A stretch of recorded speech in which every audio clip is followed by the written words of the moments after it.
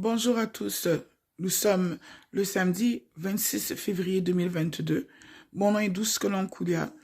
Je suis servante de Dieu. J'habite au Canada. Aujourd'hui, j'ai décidé de vous témoigner de ma rencontre incroyable, mais pourtant bien réelle, avec Jésus-Christ. Que quand je dis rencontre, je ne parle pas ici d'une conversion, mais je parle bien du fait de l'avoir rencontré. J'ai vu Jésus de mes yeux. Qui a vu le ressuscité? J'ai vu, moi, j'ai vu le ressuscité. Qui lui a parlé? Moi, je lui ai parlé. Moi, je l'ai vu et je peux attester la véracité de ce qui est écrit dans la parole de Dieu. Alors, pour faire en gros, parce que mon témoignage éventuellement sera écrit et probablement diffusé à grande échelle. Euh, je vous fais un résumé. Alors voilà, je suis née dans une famille très particulière. Je suis née d'une mère qui est chrétienne et d'un père qui était sorcier au sens propre du terme. Mon père était rosicrucien et il était franc-maçon. Il était dans la franc-maçonnerie en plus d'être dans différentes sortes de sorcellerie noire, de magie noire. Et j'ai grandi dans ce milieu avec une mère qui devait se cacher pour prier et un père qui faisait chambre à part depuis des années avec ma mère parce que les prières étaient incompatibles avec les activités que mon père faisait. Je suis l'aîné de 3 enfants. Nous sommes 2 filles et un garçon. Donc, il y a moi d'abord. Ensuite, j'ai un petit frère et la plus jeune est une fille qui est ma petite sœur. Alors, à l'âge de 19 ans, alors que j'étais au Cégep Bois de Boulogne à Montréal, donc je vous donne les détails pour pas qu'on vienne dire oh, elle fabule, ce que j'ai dit, je l'atteste, je peux le prouver, je n'ai absolument aucun problème à le témoigner. Au nom de Jésus. Et j'étais au Cégep de Bois de Boulogne, j'étudiais à ce moment-là en sciences humaines. Et un jeune homme s'est approché de moi pour me présenter l'évangile. Évidemment, je n'étais pas intéressée à connaître l'évangile. Je voulais rien savoir de la Bible. J'avais déjà été initiée par mon père et déjà dès l'âge de 16 ans, déjà mon cœur s'était détourné complètement du chemin de l'Éternel. Et voilà que pendant que j'étais au cégep, ce jeune homme m'a parlé du Seigneur et j'ai fini par accepter Jésus dans ma vie. Et je lui ai demandé, j'ai dit, ton Jésus, est-ce que si je l'accepte dans ma vie, il pourra me protéger des monstres et des créatures absolument abominables que mon père sert, que les gens sur la terre pensent qu'ils n'existent pas et pourtant moi je les vois clairement, ça débarque dans ma chambre sans problème. Et il m'a dit oui. Oui, Jésus peut me protéger de cela. Et c'est à partir de là que moi j'ai dit, ok, je tente le tout pour le tout. Et c'est comme ça qu'il m'a emmené dans une des salles de classe du cégep qui était libre. Et il m'a simplement demandé de répéter après lui. Moi, Marie, j'accepte Jésus-Christ comme sauveur et Seigneur. Et voilà. Et dès que j'ai fini de dire cela avec tout mon cœur, soudainement, ça n'a pas pris une minute, hein, ça a été instantané. J'ai senti un poids se retirer de ma poitrine. C'est comme si, pendant des années, un éléphant s'était assis sur moi et que je m'en étais jamais rendu compte. Je suis devenue complètement légère. J'ai été remplie d'une émotion de joie. Excusez-moi, cette émotion me remplit encore quand je le raconte. Et là, je suis sortie de la salle de classe et j'ai dit, où est-ce que je peux trouver une Bible? Je veux une Bible, je veux une Bible. Et je marchais dans la cafétéria du Cégep Bois de Boulogne. Je cherchais une Bible. Je voulais absolument ouvrir ce livre sacré, ce livre. Je voulais connaître ce Jésus qui, soudainement, venait de retirer un poids pas possible dans ma vie. Et j'ai commencé à lire la parole de Dieu. Et dès que j'ai commencé à lire la Bible, tout a commencé à changer à la maison. À la maison, j'ai toujours été une enfant exemplaire. Quand je vous dis exemplaire, c'est, écoutez, à l'école, j'étais comme une génie. Voilà. Donc, j'avais des 90, 95 de moyenne. Mes parents n'avaient jamais besoin de me disputer. Je suis l'enfant que tu lui dis, va au coin, je vais au coin. Tu me dis, mange debout, je mange debout, mange assis, je mange assis. J'ai été dressée comme on dresse un chien. Dressée pour obéir. Et puis, mon père a commencé à changer. En fait, un matin, je devais aller à l'église. C'était les premières fois, pardon. Ça faisait partie des premières fois que je me présentais dans une assemblée. À ce moment-là, nous habitions sur la rue Belle Humeur à Laval. Donc, comme je vous dis, je donne avec précision parce que je suis pas là pour blaguer, j'ai pas de temps pour ça. Je suis là pour que les gens sachent la vérité.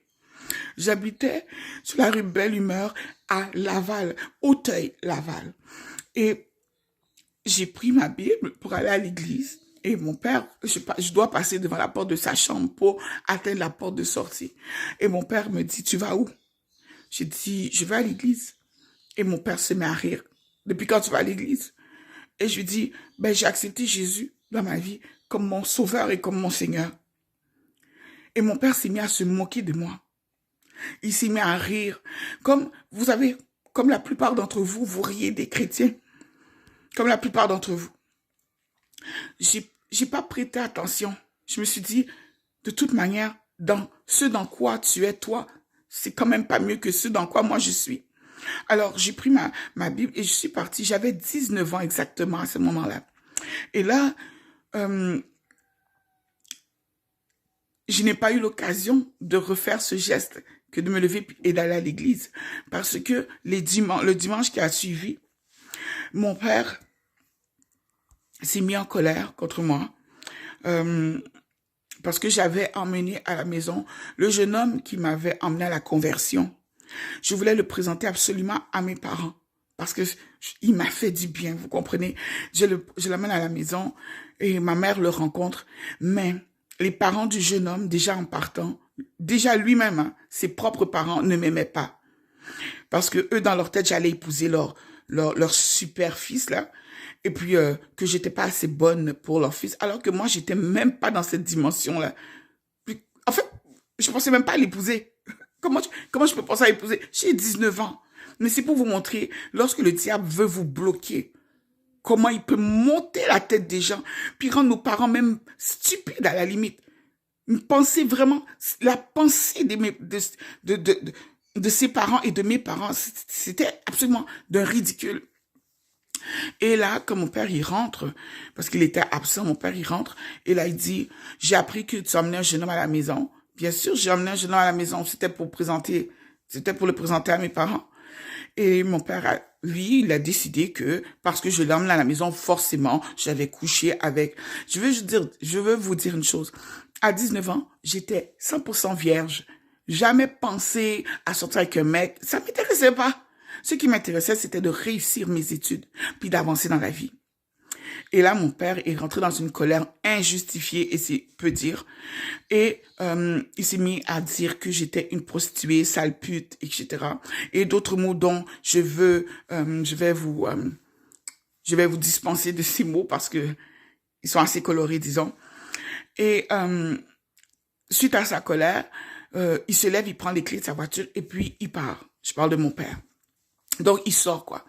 Et là, pendant ce temps-là, moi, je suis dans la chambre et puis je pleure parce que je ne comprends pas comment est-ce que mon père a pu même penser de cette manière, alors qu'il sait très bien que je suis une fille, tout ce qu'il y a de plus sérieuse comme enfant.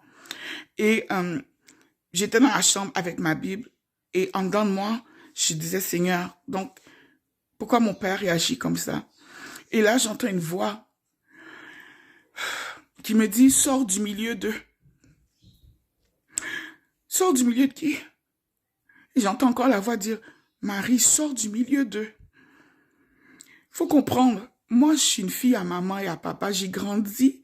Écoutez, je savais même pas comment utiliser une carte de guichet, je savais pas comment payer des factures. Je ne savais rien de la vie, à part prendre l'autobus 31, Auteuil, ok, pour aller au métro Henri Brassard, 67 pour me rendre à l'Institut Reine-Marie où j'étais élève, et vice-versa. C'est à peu près tout ce que je savais faire dans ma vie, en plus d'étudier. Alors là, la voix est devenue insistante. La troisième fois, j'ai pris un sac, j'ai mis ma Bible, j'ai mis mon portefeuille dedans, ma carte d'assurance maladie. J'avais sur moi un chandail. J'ai mis le chandail et puis je suis partie de la maison en courant. Je n'oublierai jamais la tête que ma mère faisait tellement elle pleurait. Et mon cœur se déchirait. Je me suis dit, waouh, moi qui aime tellement ma mère, puis je m'en vais puis c'est dans la honte en plus que je m'en vais, mais la voix était forte, elle me disait sors, sors, sors. Et là, j'ai pris mes affaires et je suis partie en courant à l'arrêt d'autobus de la 31. Alors là, je reste là, j'ai attendu le bus et pendant que j'attendais l'autobus, je priais dans mon cœur pour que mon père ne revienne pas avant que j'ai pris le bus. Parce que je sais qu'il m'aurait bloqué. Donc, à ce moment-là, pendant que je priais, l'autobus est arrivé. J'ai tellement remercié Dieu pour ce moment.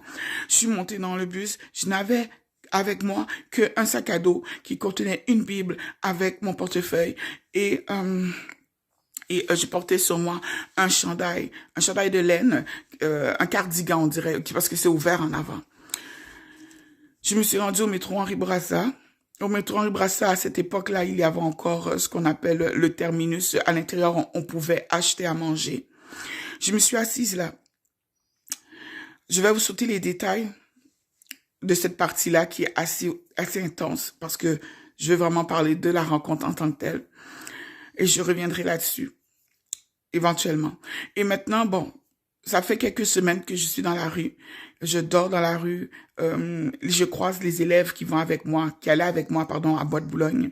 Et quand les élèves descendent de l'autobus et qu'ils me voient, les élèves rient. Ils disent, ah, c'est pas Marie, c'est pas la fille qui allait à l'école avec nous. Et je dormais sur les bancs les bancs de pierre, là, en marbre noir, je crois. Je sais pas si c'est du marbre, hein, mais qui ressemble à du marbre, en tout cas, noir qu'on retrouve au métro Henri Bourassa. Vous n'avez qu'à y aller. Si vous habitez Montréal, allez, vous allez le voir. Vous pouvez juste pas les rater. On va pas les rater. Et l'hiver, ces bancs-là sont extrêmement glacés, évidemment, pour dissuader presque tout le monde de se coucher dessus. Alors, moi, je dormais là-dessus. Et puis, quelqu'un m'a dit que au métro Atwater, les portes restaient ouvertes la nuit et qu'il y avait des espèces tu sais, des genres de calorifères là qu'on met qui sont sur le dessus, tu sais, pour mettre pour la chaleur, pour produire la chaleur, et que j'aurais moins de chances d'avoir une hypothermie en allant là-bas. Donc, c'est ce que j'ai fait. Je me suis dirigée par là-bas et effectivement, c'était plus chaud. Je pouvais rester à l'intérieur et la nuit, ils fermaient la grille, mais ils ne fermaient pas les deux portes. Ainsi, les itinérants pouvaient y entrer. Et bien sûr, bon, parmi les itinérants, il y en a qui sont toxicomanes, évidemment. Alors, moi, je suis assise là dans le métro Atwater. Ça fait plusieurs semaines que je suis dans la rue. À ce moment-là, comme je vous dis, j'ai sauté les étapes, mais je veux juste vous dire qu'à ce moment-là, j'avais eu le temps de développer une tumeur au sein. J'ai été opérée pendant que j'étais dans la rue, opérée à l'hôpital Sacré-Cœur de Montréal. Et ils m'ont ramenée dans la rue parce que l'hôpital n'a même pas comme daigné me garder. Ils savaient que j'étais itinérant, mais ils savaient pas où me garder en fait. Mais ils m'ont donné à manger et ils m'ont retourné à la rue. Donc, je devais retourner à l'hôpital régulièrement pour faire changer mes pansements pour la tumeur qui m'avait enlevée. Et puis, j'avais fait plusieurs épisodes d'hypothermie. Et là, maintenant, ce soir-là, j'étais vraiment fatiguée, j'étais découragée. J'étais découragée parce que j'avais vu que tout ce que j'avais sacrifié pour Dieu, j'avais abandonné ma famille, j'avais abandonné mes études. Et j'avais perdu toute dignité. Et toutes ces fausses histoires qui se promenaient sur moi, à mon sujet. Je suis sortie du métro et je suis arrivée à côté d'une petite poubelle près du métro Atwater et j'ai trouvé un tesson de bouteille. Je me suis penchée, j'ai ramassé le tesson de bouteille que j'ai mis dans ma poche et je me suis dit, ben, Seigneur, j'ai tout essayé. J'ai abandonné la sorcellerie. Comme parce que j'ai dit que j'avais été formée, je vous expliquerai éventuellement, parce que ça c'est très profond et extrêmement lourd comme témoignage, cette partie-là. Alors j'ai ramassé, puis j'ai dit au Seigneur, j'ai tout tenté. Tu étais mon dernier espoir, Jésus. Je suis pas musulmane, je vais pas louer Allah, il y a rien à faire, jamais. Je ne louerai jamais une statue, je ne prierai, je ne fléchirai jamais les genoux devant un Dieu qui en a rien à faire de moi. Je ne louerai jamais Bouddha. Je vous le dis, je pèse mes mots. C'est pourquoi j'ai peur de personne. Lorsqu'il s'agit de ma foi, je ne négocierai jamais. Et je me suis assise dans le métro. Je suis rentrée et j'ai pris un des bancs qui était disponible et je me suis installée là. Excusez-moi. Je suis toujours en train de m'arranger, mais bon, c'est un détail à bien y penser, là. Mais voilà. Et puis, je me suis dit que je vais attendre aux alentours de minuit, lorsque tout sera calme. Et que là, je m'ouvrirai les veines. Et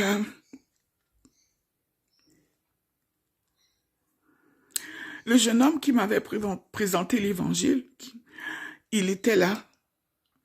Il était là, il m'a accompagné dans la rue à bien des moments. Il avait, lui, une maison, mais il voyait l'injustice dont j'étais victime et il était là. Et à ce moment-là, il s'est étendu. J'ai dit, couche-toi, tu peux t'étendre, tu as l'air fatigué. Donc, j'ai dit, moi, de toute façon, je suis une femme de taille forte.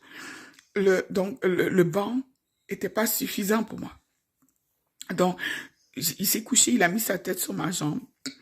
Et puis, moi, avec ma main droite, je jouais avec le morceau de bouteille qui était dans ma poche. Lui, il ne savait pas. Il ne savait rien, évidemment. Et là, je regarde le temps qui passe et soudainement, aux alentours de minuit, je vois un itinérant, en tout cas, quelqu'un qui semblait être un itinérant, qui pousse la porte du métro à Toiteux. Vous savez, les portes battantes, là, pour rentrer.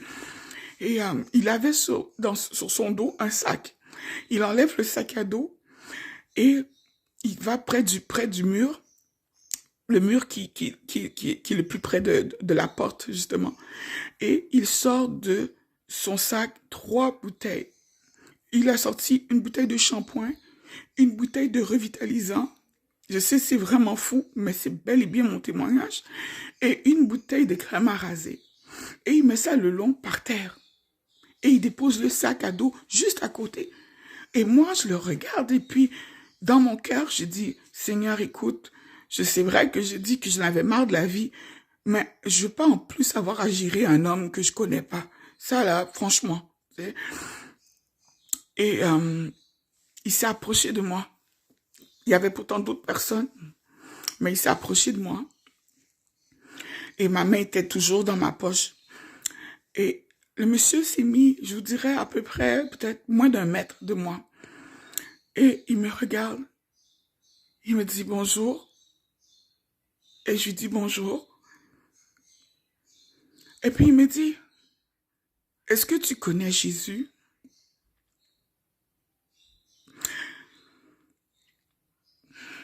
J'ouvre mon sac à dos. Je sors ma Bible, qui était ma première Bible. Et je lui dis, pardon. Je lui dis oui. J'ai dit, je connais Jésus, regardez. J'ai dit, je lis même la parole. J'ai dit, oui, je connais Jésus. Puis là, il m'a dit, tu es triste, hein, à cause de tout ce que les gens disent de toi, n'est-ce pas? Et là, moi, je lui dis oui. Et là, pendant qu'il dit ça, moi, dans mon cœur, je dis ceci, mot pour mot, dans mon cœur, je dis, Seigneur, ta parole est claire. Seigneur, si c'est toi qui me parles, si c'est toi qui me parles à travers cet homme, Seigneur, je te demande, s'il te plaît, de parler à la première personne du singulier. C'est comme ça que j'ai formulé ma prière. Première personne du singulier. Et le monsieur qui était devant moi, il s'est mis à pleurer. Et de ses yeux, il y avait des larmes qui sortaient. C'était comme du cristal. C'était comme du diamant. C'était pas des larmes, il pleurait des diamants. Je sais pas comment expliquer. Et au même moment, il m'a dit, Marie, si tu fais tout ce que je te demande, je te promets le meilleur. Et au même moment, il a dit ça, j'ai bondi. J'ai dit, Jésus, c'est toi. Et au même moment, tout a disparu autour de moi. Le banc, le jeune homme qui était couché, les itinérants, les gens qui étaient en train de se piquer dans le coin, tout a disparu. Et je me suis retrouvée dans les airs avec lui.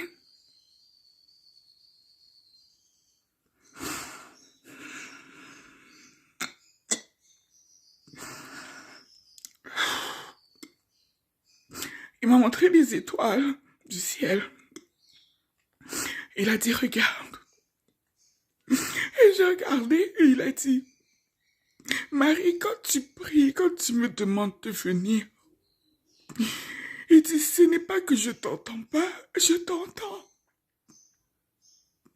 Mais si j'exauce ta prière, ils seront nombreux comme les étoiles du ciel, ceux qui mourront. Et je me suis souvenu que mon frère n'était pas converti. Ma sœur n'était pas convertie. Mon père ne l'était pas non plus.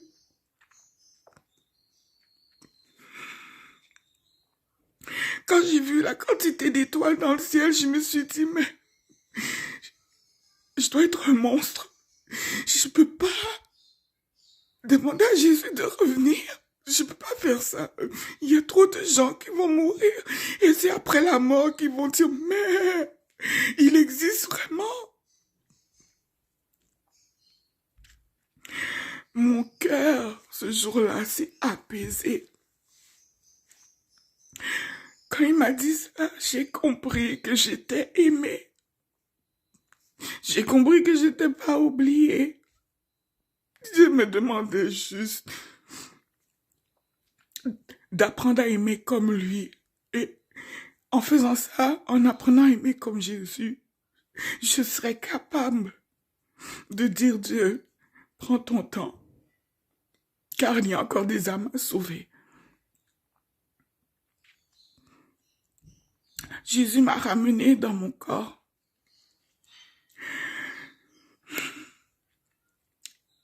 Et la Marie qui était triste ne l'était plus. Elle était devenue guerrière.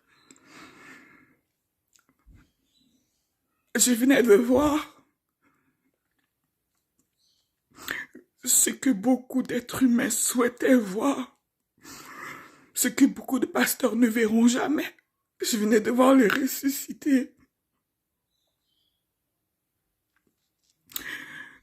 Ça me fait tellement mal quand je vois les gens comme adorer des statues. Tu leur dis que le catholicisme c'est pas bon, ils te disent ah blabla. Tu leur dis que non c'est pas Bouddha, c'est pas là, il faut te dire oh, blabla. Jésus s'est appris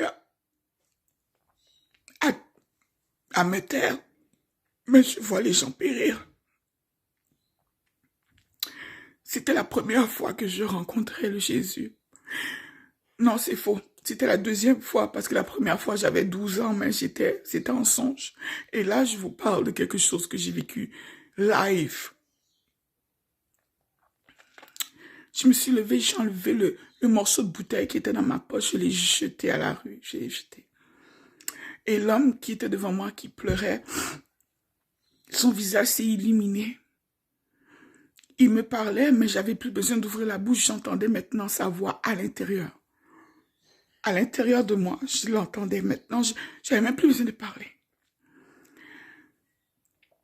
Il y a eu, à ma gauche, il y avait 2 itinérants assis par terre à ma gauche, qui étaient en train de préparer des seringues pour se piquer, et une dispute a éclaté. Et là, Jésus a juste tourné sa tête, il a marché vers eux, et soudainement, la dispute a cessé, et les 2 personnes se sont séparées, un est parti à gauche, l'autre est parti à droite. Et là, j'ai regardé, je fais, waouh, ok, je rêve pas, je peux me pincer, je peux me mordre. Il est réel, il est vraiment devant moi. Il m'a regardé une dernière fois. Et il est sorti par la porte du métro. Et moi, vite, je me suis levée. Il n'y a pas grande distance là, il y a quoi, 3 ou 4 mètres entre nous. Il passe la porte. Et moi, je cours derrière lui. Et quand, à peine j'ai franchi la porte, il avait disparu.